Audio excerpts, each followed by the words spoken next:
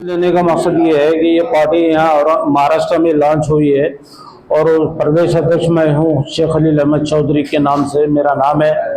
और मैं पहले एस कांग्रेस में था, फिर बाद में समाजवादी पार्टी में था। वो दोनों पार्टी में रह के अनुभव बहुत आया मेरे को। फिर आप ये पार्टी का जरा मुझे अच्छा लगा और राष्ट्रीय अध्यक्ष से मिलकर मुझे मेरे और उनके ख्यालात मिलते हुए आए करके, इसलिए मैंने महाराष्ट्र में लॉन्च करने के लिए कहा था उनको। उन्होंने बोले लब्बैक करके बोले, और इसलिए यहाँ महाराष्ट्र में इलेक्शन हुई है 288 सीट पर। तो हम उम्मीदवार जो भी मांगेगा टिकट, लेडीज मांगेंगे लेडीज को टिकट देंगे और हर समाज के लोगों को देंगे हम। ऐसा नहीं कि एक समाज को देंगे हम, उसमें कोई भेदभाव नहीं रहेगा। और जो भी आवाज उठाने के रहेंगे, जुल्म होगा, जिस अत्याचार होगा लोगों के ऊपर, उसके पीछे हम खड़े रहेंगे आधी रात को। ऐसा नहीं कि भाई बोल देने का कि हुकूमत को कि भाई जो दंगल फिसाद कर रहे हैं तो उनको क्या देखना, देखो उसमें दंगल फिसाद के अंदर ऐसा हो जाता है कि बेकसूर अंदर चल जाता और कसूरवार बाहर रहते हैं। ये नहीं होना चाहिए, जुल्म नहीं होना चाहिए। एक अच्छी से फैमिली, अच्छी से लोग जो रहते हैं, आजकल देखिए कोड अलग हो गया और हुकूमत अलग हो गई है, कहीं पर भी बुलडोजर चलता है।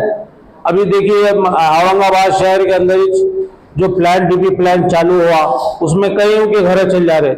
इसका कसूरवार कौन था? कसूरवार बोले तो कॉर्पोरेशन है।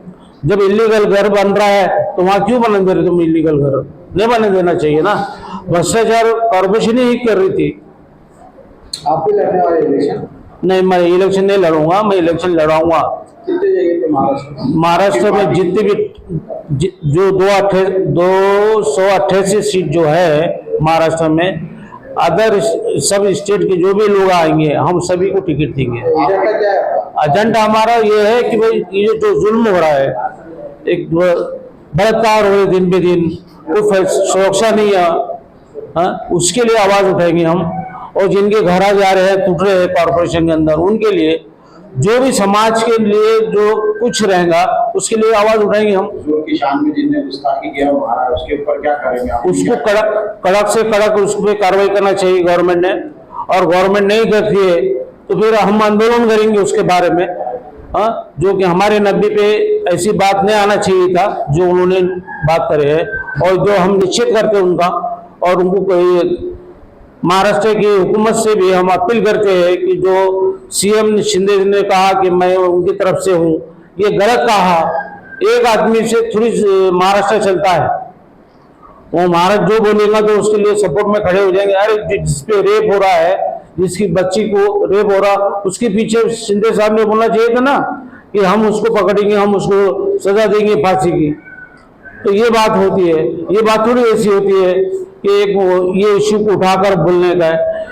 जातिवाद नहीं होना है। हिंदुस्तान में अमन और सुकून रहना चाहिए और सब भाई भाई है इस भारत के अंदर, चाहे वो दलित भाई हो, चाहे मुसलमान भाई हो।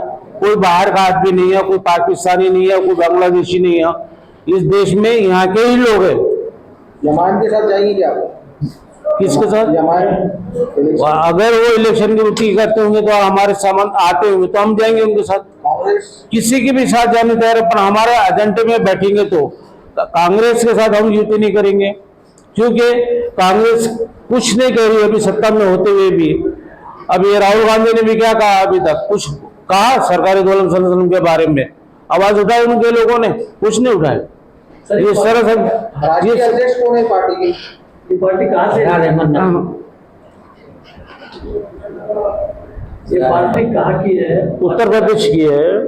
हाँ, प्रेस नोट के अंदर दिया हुआ है सब पूरा। विधानसभा को देखते हुए आपने पार्टी लॉन्च की? ऐसा नहीं, ऐसा नहीं है, क्योंकि यहाँ ये देखने में आया है कि जो छोटी छोटी पार्टियां हैं वो अपना वोट बैंक के लिए या कुछ पैसों के लिए अपनी सत्ता चलाने के लिए ये करती है। ऐसा कुछ भी नहीं। हमारा मकसद ये है कि जुल्म जहाँ होता है वहाँ आवाज उठाना है हमारे। इसके लिए ये पार्टी को यहाँ हमने लेके आए महाराष्ट्र में। और महाराष्ट्र में जो अभी मालेगांव के अंदर, पहले अभी देखिए मालेगांव के अंदर भी 2 MM का खासदार है, वो आमदार है, मुफ्ती साहब, मौलाना मुफ्ती।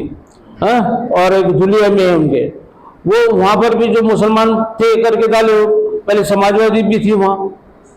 ऐसा है, हर जगह रहती, जो भी पार्टियां रहेंगे हम हमारे मुद्दे के हिसाब से जुल्म के साथ हमारे साथ रहेंगे, और किसी पे अन्याय नहीं होना चाहिए, चाहे बाबा साहब के दलित भाइयों पे नहीं होना चाहिए, उनको भी सुरक्षा मिलना चाहिए।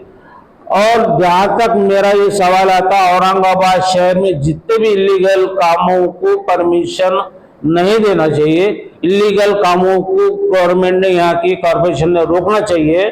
जब टैक्स ले रही है तो फिर उसको इलीगल क्यों बोला जाता, उसको लाइट नाल सब दिए जाते हैं, फिर उसको बोलते कि नहीं ये हमारे प्लान के अंदर उसको तोड़ना पड़ेगा। तो ये बैठे बैठे प्लान नहीं चलते, पहले सर्वे करना चाहिए, पूरा शहर घूमना चाहिए इन्होंने, गवर्नमेंट के आदमी ने, कॉर्पोरेशन ने, और वो फिर बाद में उसका सर्वे करके नक्शा बनाना चाहिए था। और गरीबों के घर एक के भी घर नहीं टूटना चाहिए।